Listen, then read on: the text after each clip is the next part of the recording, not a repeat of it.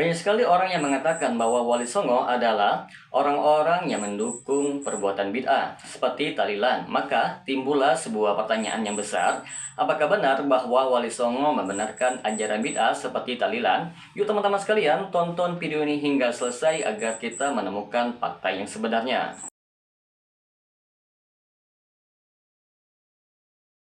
Assalamualaikum warahmatullahi wabarakatuh. Berjumpa lagi dengan saya Rio Mulyadi di channel Manhaj Dakwah. Pada episode kali ini kita akan membahas tentang tahlilan dan bid'ah menurut Wali Songo.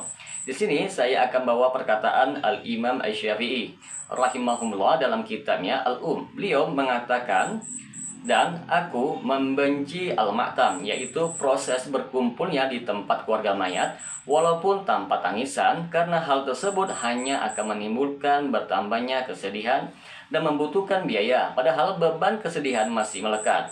Di sini teman-teman sekalian, sangat disayangkan ketika Islam datang ke tanah Jawa ini. Menghadapi kuatnya adat istiadat yang telah mengakar, masyarakat begitu berat untuk menerima Islam. Mau masuk Islam tapi harus kehilangan adat istiadat seperti selamatan dan lain sebagainya. Ini sama miripnya dengan beratnya masyarakat Romawi ketika disuruh masuk Nasrani tapi tidak mau kehilangan perayaan kelahiran anak dewa matahari tanggal 25 Desember. Dikutip dalam sebuah naskah kuno tentang Jawa yang tersimpan di Museum Leiden, di mana Sunan Ampel memperingatkan Sunan Kalijogo yang masih melestarikan ritual-ritual semisal selamatan kematian. Sunan Ampel berkata, jangan ditiru perbuatan semacam itu karena termasuk bid'ah. Sunan Kalijogo menjawab, biarlah nanti generasi setelah kita, ketika Islam telah tertanam di hati masyarakat, yang akan menghilangkan budaya tahlilan itu. Dalam buku Kisah dan Ajaran Wali Songo yang ditulis Haji Lauren Rasyidi dan diterbitkan penerbit Terang Surabaya juga mengupas panjang lebar mengenai tentang masalah ini, di mana Sunan Kalijaga, Sunan Kudus, dan Sunan Muria yang bisa dikategorikan kaum abangan berbeda pandangan mengenai adat istiadat dengan Sunan Ampel, Sunan Giri, dan Sunan Derajat yang bisa kita kategorikan sebagai kaum putihan. Sunan Kalijaga mengusulkan agar adat istiadat lama seperti selamatan, bersaji, wayang, dan gamelan dimasuki rasa keislaman. Namun Sunan Ampel berpandangan lain, apakah tidak mengkhawatirkannya di kemudian hari bahwa adat istiadat dan upacara lama itu nanti dianggap sebagai ajaran yang berasal dari agama Islam. Jika hal ini dibiarkan nantinya akan menjadi bid'ah. Sunan Kudus menjawabnya bahwa ia mempunyai keyakinan bahwa di belakang hari akan ada yang menyempurnakannya. Sunan Ampel, Sunan Bonang, Sunan Derajat, dan terutama Sunan Giri berusaha sekuat tenaga untuk menyampaikan ajaran Islam secara murni, baik tentang akidah maupun ibadah, dan mereka menghindarkan diri dari bentuk sinkretisme ajaran Hindu dan Buddha.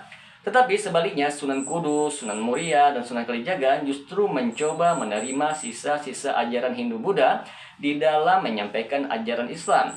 Bahkan sampai saat ini budaya itu masih ada di masyarakat kita, seperti saketenan, ruatan, selawatan, tahlilan, upacara 7 bulanan, dan lain-lainnya.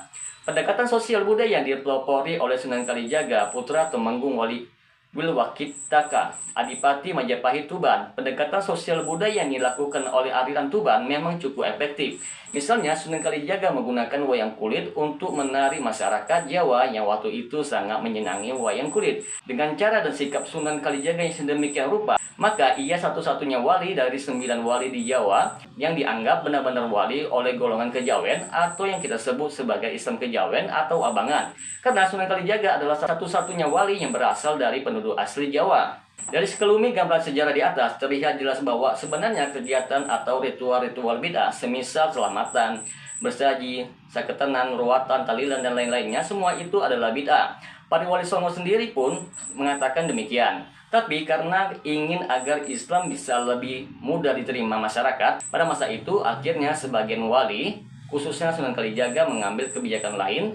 Tentu kita tidak bermaksud menyudutkan Sunan Kalijaga. Bahkan beliau sendiri juga yang mengatakan bahwa bid'ah suatu saat nanti sebaiknya dihilangkan. Beliau berkata, biarlah nanti generasi setelah kita, ketika Islam telah tertanam di hati masyarakat, yang akan menghilangkan budaya tahlilan itu. Jelas sekali para wali songo sendiri, termasuk Sunan Kalijaga, merekalah sendirilah yang menginginkan agar suatu saat budaya tahlilan ini dihilangkan.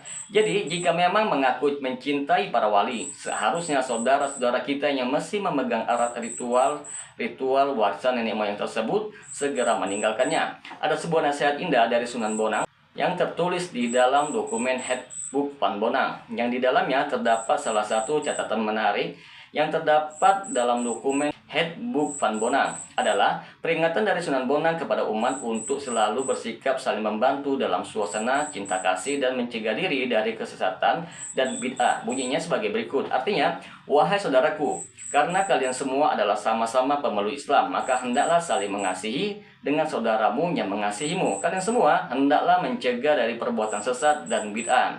Teman-teman sekalian, Handbook Van Bonang adalah sebuah dokumen yang menjadi sumber tentang Wali Songo yang dipercayai sebagai dokumen asli dan valid, yang tersimpan di Museum Leiden, Belanda. Dari dokumen ini telah dilakukan beberapa kajian oleh beberapa peneliti. Dan perlu dicatat bahwa dalam hal ini kita tidak bermaksud menjadikan dokumen atau catatan sejarah tersebut sebagai dalil. Dalil kita tetaplah Al-Quran dan Sunnah dengan pemahaman para sahabat, namun fakta sejarah sendiri telah menunjukkan bagaimana sebenarnya sikap dan pemahaman para wali songo yang justru menginginkan ritual-ritual bid'ah tersebut dihilangkan. Semoga dengan sedikit penjelasan ini dapat memberikan manfaat bagi teman-teman sekalian, dan apabila channel ini memberikan manfaat bagi teman-teman sekalian, silakan subscribe dan share. Semoga bermanfaat. Assalamualaikum warahmatullahi wabarakatuh.